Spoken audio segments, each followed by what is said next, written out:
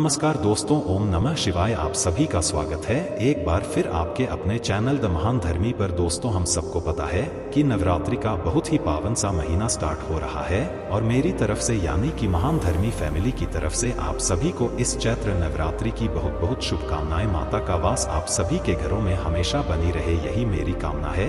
दोस्तों, आज के टाइम पे सबसे ज्यादा प्रॉब्लम लोगों के घरों में सिर्फ एक से एक ही चीजों को लेकर के है और वो है बीमारी। आपके सारे पैसे लग रहे हैं दवा में, मेडिसिन में, लेकिन आपको कोई उसका परिणाम नहीं मिल पा रहा। सच कहें तो दवा ही असर नहीं कर रही है। फिर आप इस उपाय को इस चैत्र नवरात्रि के किसी भी दिन से स्टार्ट कर सकते हैं। कड़वे नीम के 9 पत्ते आप सभी को लेने होंगे, ठीक है ना। देखो, सबसे पहले मैं आपको बता दूं कि जो नीम के पत्ते होते हैं वो 2 प्रकार के होते हैं। कौन कौन से आइए बताते हैं। एक होता है आपकी मीठी नीम और दूसरी आपकी पाई जाती है जो कड़वी नीम होती है। मीठी नीम खासकर महाराष्ट्र साइड में ज्यादा देखने को मिलती है और कड़वी नीम तो हर जगह देखने को मिल जाती है। तो आप सभी लोगों को मीठी नीम ना लेकर के कड़वी नीम लेनी है। कितने पत्ते लोगे? नवरात्रि में देवी माँ के कितने स्वरूप होते हैं? 9 स्वरूप होते हैं। इसीलिए हम सभी लोगों को क्या लेना है? 9 लेने होंगे नीम के पत्ते। इतनी बातें स्पष्ट हो गई क्या? चलो, नीम के पत्ते के साथ में आप सभी लोगों को इस प्रकार से लेना है। एक तांबे का लोटा, उसके अंदर जल भर दो। ठीक, जल के अंदर आप सभी लोग डालोगे हल्दी। क्या डालना है? हल्दी डालेंगे और हल्दी डालने के बाद में आपके पास में जो नीम के 9 पत्ते है, देखो, टहनी वगैरह को नहीं लेना है, डंडी को नहीं लेना है, कोई भी एक तोड़ना। उसमें से 9 पत्तियां आराम से आपको मिल जाएंगी, ठीक है। और आप सभी लोगों को वही 9 की कड़वी 9 की नीम की पत्तियों को डाल देना है कलश के अंदर। अब थोड़ा तरीका समझेंगे। जो भी व्यक्ति घर में आपकी बीमार है या जो भी व्यक्ति घर में आपके परेशान है, उस व्यक्ति के हाथों से एक बार इस कलश को स्पर्श कराओगे, एक बार इस कलश को टच कराओगे। चीजें क्लियर हो रही हैं क्या? टच कराने के बाद में आप सभी इस कलश को उठाएंगे और उठाने के बाद में फिर से हमें जाना होगा उसी नीम पेड़ के नीचे जहां से आपने नीम की कड़वी पत्तियों को तोड़ा था, ठीक है ना। वहां पर पहुंच करके आप सभी लोगों को पूरा का पूरा जल नीम वृक्ष की जड़ में समर्पित करना, कहीं और नहीं चढ़ाना है।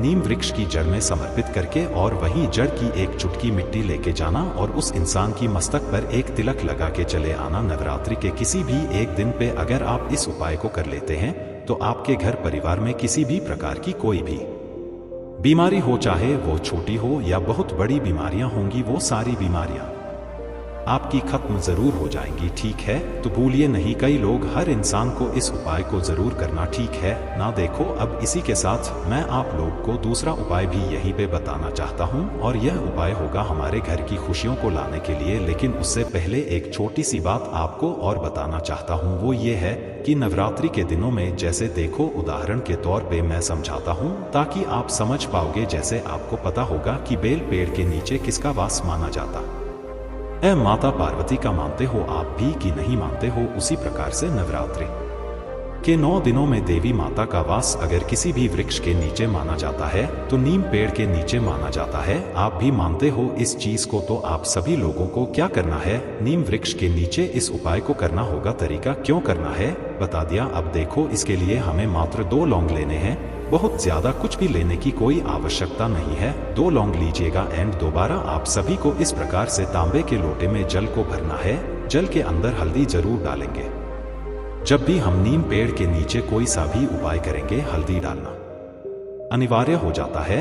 वैसे तो मार्केट में धार आती है ना, एक हल्का सा येलो कलर में होता है, उसको हम लोग धार बोलते हैं। तो धार डाल दो तब तो बहुत अच्छी बात है, बट नहीं है तो हल्दी डाल सकते हो। अब जो मैंने आप लोग को लौंग दिखाए ना, उस लौंग को कलश के अंदर नहीं डालेंगे। फिर क्या करना है? लौंग को अपने पास रखेंगे। इस कलश को उठाना। हम यह उपाय कर किसके लिए रहे हैं?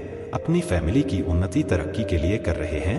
तो आप सभी लोगों को अपने पूरे घर में घूम लेना है। जितने भी कमरे होंगे इस कलश को लेके घूमना और जो लौंग आपके पास में है उन 2 लौंग का भोग लगाना है नीम पेड़ की जड़ में, ठीक है ना। चीजें स्पष्ट हो रही क्या? जब आप लौंग का भोग नीम वृक्ष के नीचे लगाओगे और आप सभी लोगों को अपने घर की कुल देवी या कुल देवता को ध्यान करना है। अब कहोगे भैया हमको तो पता ही नहीं है कि हमारी कुल देवी कौन है, हमारे कुल देवता कौन है। तो दोस्तों आपके घर में कोई बड़े बुजुर्ग होंगे ना, उनको पता होंगी कि आपकी या आपके खानदान की जो कुल देवी है या कुल देवता है वो कौन है। या तो कुल देवी का स्मरण कर लेना या कुल देवता का स्मरण करते हुए आपको लौंग का भोग नीम वृक्ष के नीचे लगा करके और उसी लौंग के ऊपर आप सभी लोगों को वही एक लोटा जल समर्पित मात्र कर देने से जो हमारे कुल में प्रॉब्लम्स आती है, कुल मतलब क्या हमारे वंश में प्रॉब्लम आती है, वो वंश की समस्या हमेशा के लिए खत्म होती है।